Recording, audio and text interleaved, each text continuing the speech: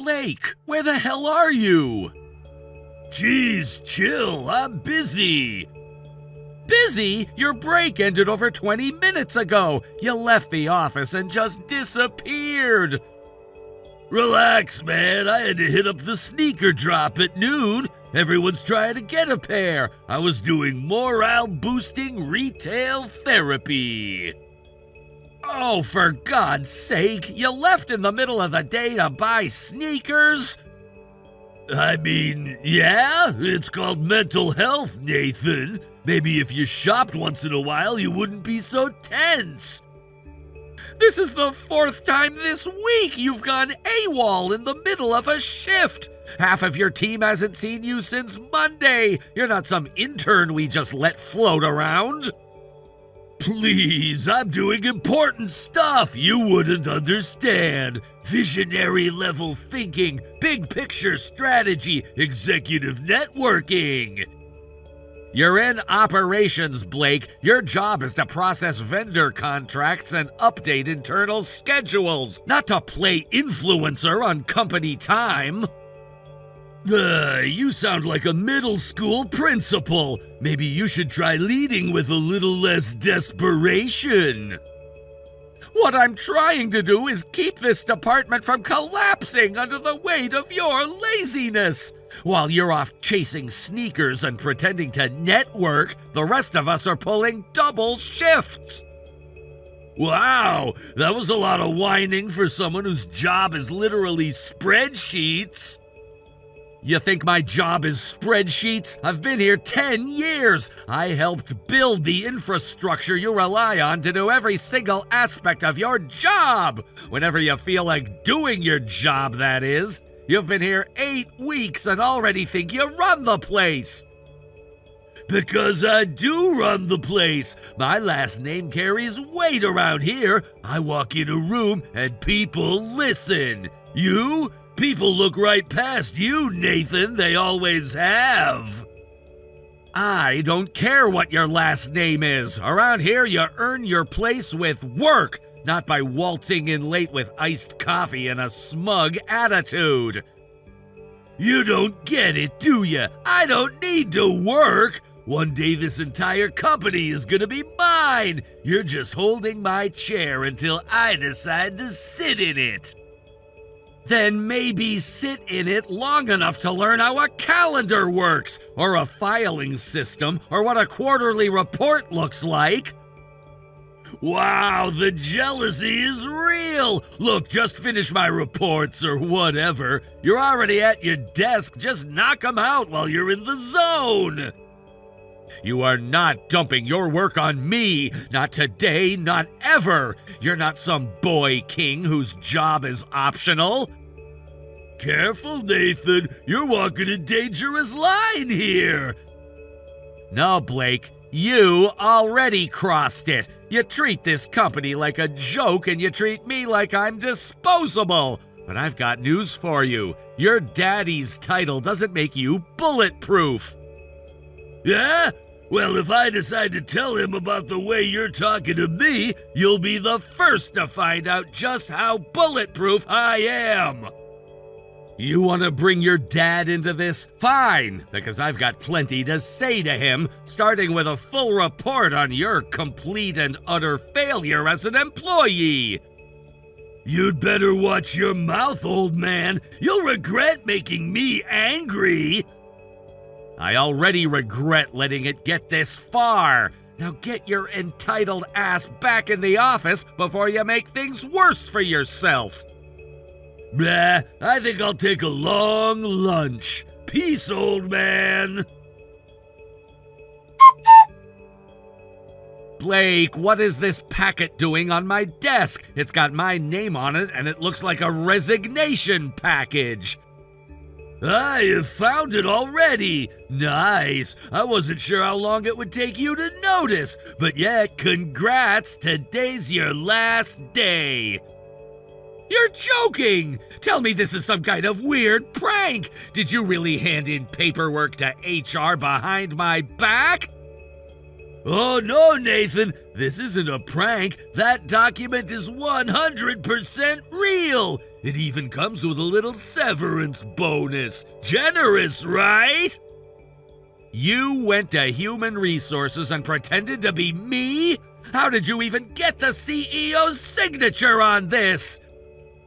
I didn't need to pretend to be anyone. I just explained the situation to my dad. I told him you were making my work environment toxic, that you've been bullying me, and that it's been damaging my mental health. I might have gotten a little emotional, maybe even teared up a bit. You should have seen his face. It worked beautifully. You cried to your father and told him I was harassing you? That's your idea of damage control? Damage control, please! I call it tactical influence. You wouldn't understand. Your emotional range barely stretches beyond passive-aggressive sighing. And your father just believed you without hearing a single word from me? Without even calling me into his office? He didn't need to. He trusts me. And frankly, he said your whole I'm everyone's supervisor attitude was starting to wear thin. Apparently, your emails give him a headache. So he told HR to prep the offboarding packet and send you on your way. No exit interview, no farewell party, no loose ends. Clean and simple. This is outrageous! I've been with this company for over 10 years! I've onboarded entire teams, salvaged vendor contracts, and literally rebuilt the internal ops system from the ground up! Exactly! You're basically the old wallpaper at this point. You've been here forever, and no one even notices you unless something goes wrong. It's sad, really. You don't get to erase a decade of work because you threw a tantrum and your dad caved. I'm not signing this, and I'm not walking away quietly. I'm going to his office right now and giving him a piece of my mind. That's adorable, Nathan, but good luck with that. Dad left this morning for his great American road trip. He's in an RV with no laptop, no cell phone, just him, the open road, and some country music playlist from the 90s. He's going off-grid for 10 weeks minimum. So unless you've got a flare gun and a map of Wyoming, I don't think you'll be reaching him anytime soon. So you waited until he was out of reach, then blindsided me with this? You planned this.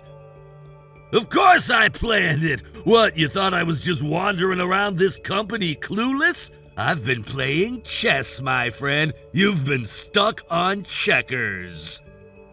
You want to talk about being clueless?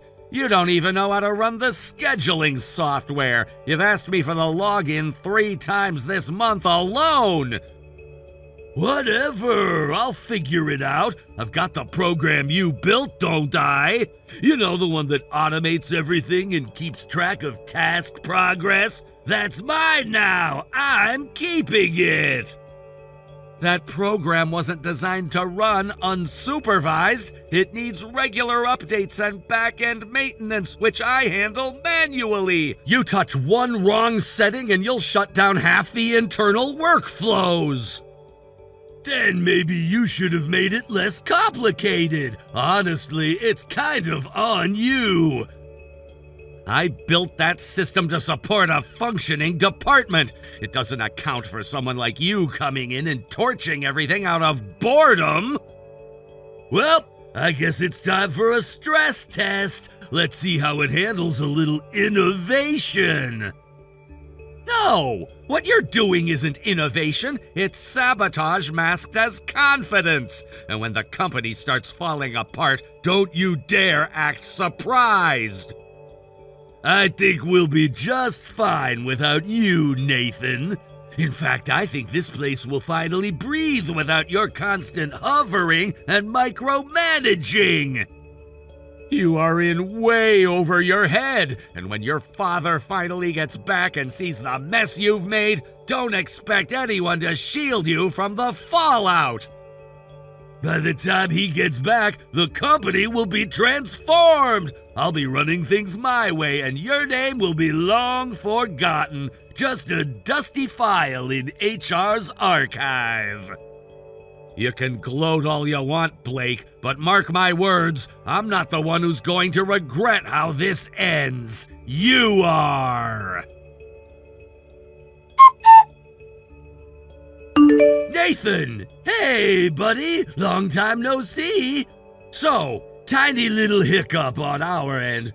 That program you built, the one with the task tracking and auto-scheduling, yeah, it kind of broke. Can you come fix it?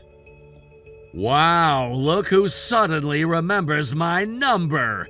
Let me guess, the company's on fire and Daddy's not picking up? Okay, first of all, rude. Second, yeah, it's broken and everything's kind of, spiraling. And since you're the genius who built it, I figured you could just waltz in and push a few buttons. Shouldn't take more than 5 minutes, right? You fired me, Blake. What makes you think I'd lift a finger now? Don't be dramatic. I didn't fire you. I repositioned you into the job market. Anyway, it's not about the past. It's about teamwork. Come on, be a team player. You're unbelievable! Anyway, I don't work there anymore. I'm not responsible for fixing the fallout of your tantrums. Okay, but technically, you made the program, and it broke, which means you're still kinda on the hook.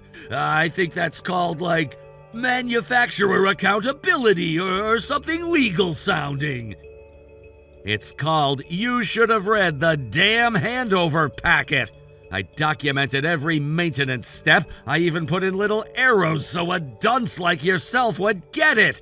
Did you seriously not open a single file?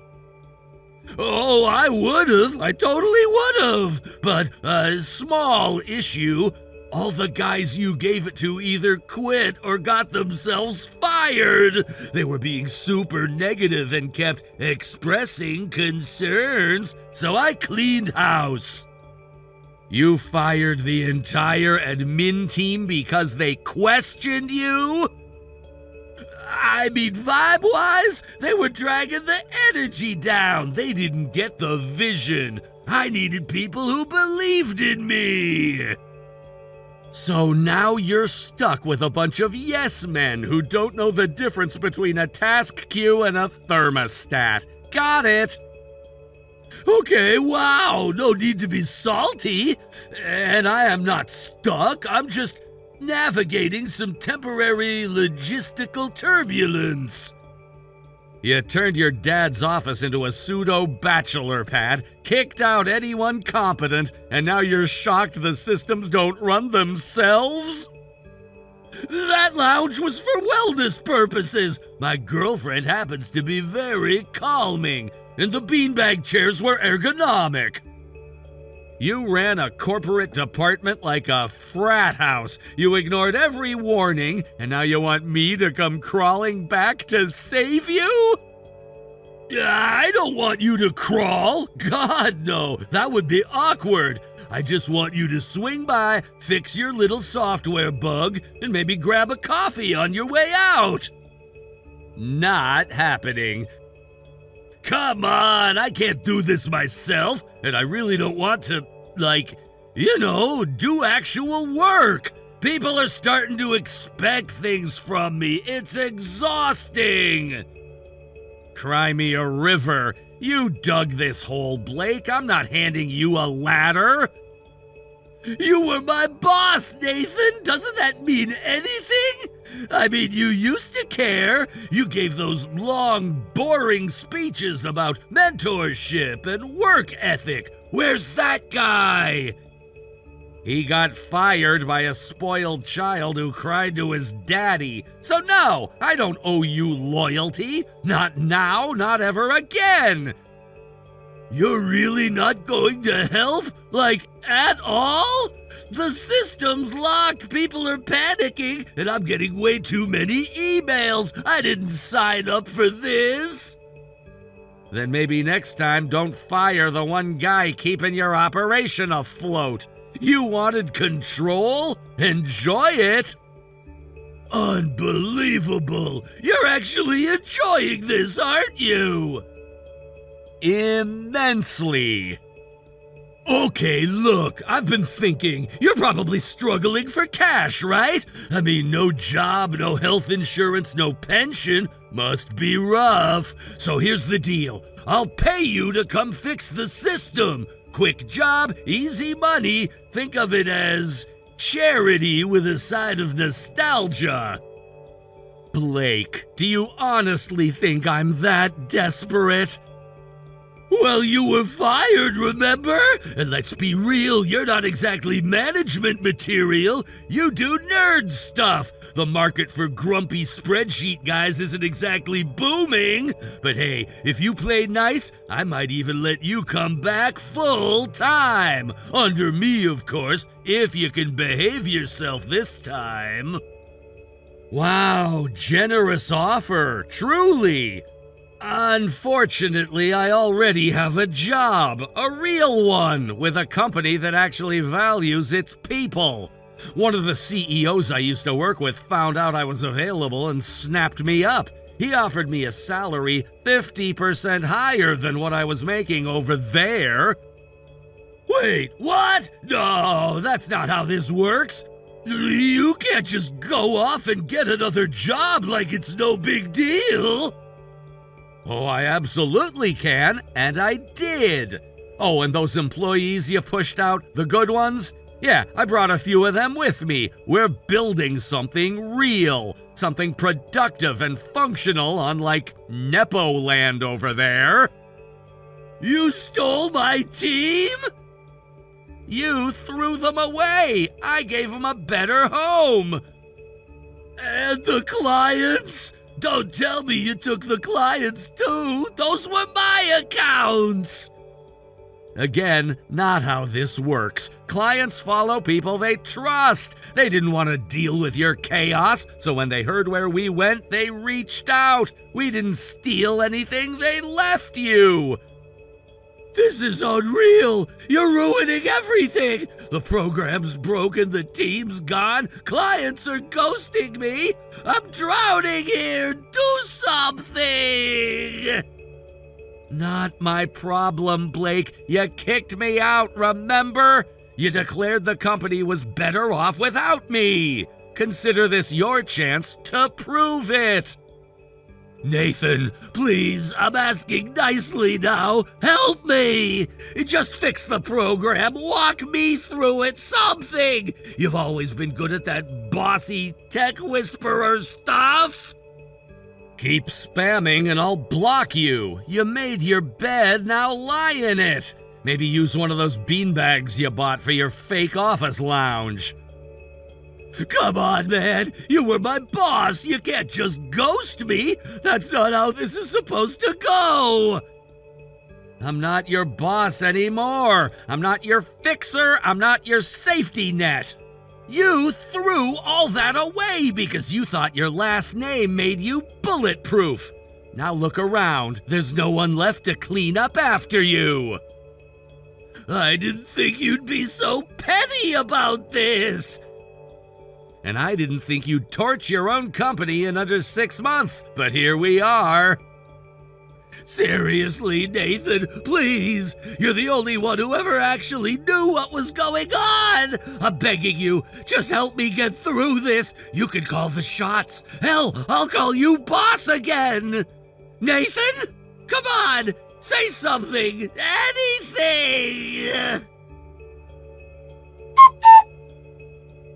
2 weeks after our last exchange, Blake's dad finally returned from his grand soul-searching road trip. From what I heard, he nearly passed out the moment he stepped into the office and saw the place empty. Not just quiet, literally empty. Every employee gone, every desk abandoned. Only Blake, red-eyed and visibly sweating, was left behind, spinning in the CEO's chair like a guilty kid caught at the crime scene. Once Carter dug into what happened, the mass resignations, the lost clients, the collapse of operations, it didn't take long for the whole company to fold. 6 months. That's all it took for Blake to burn everything to the ground like a termite infestation in a wood cabin. Blake tried to run, didn't work. His father found him and shipped him off to live with some monk-like relatives. Rumor is even grown men cry by lunchtime over there. The CEO came to see me in person. He apologized profusely, which was nice, but unnecessary. I had already moved on with my life. I'm thriving now at a new company with better pay and, best of all, no nepotism. Thank you for watching. Please subscribe and hit the like button. See you next time.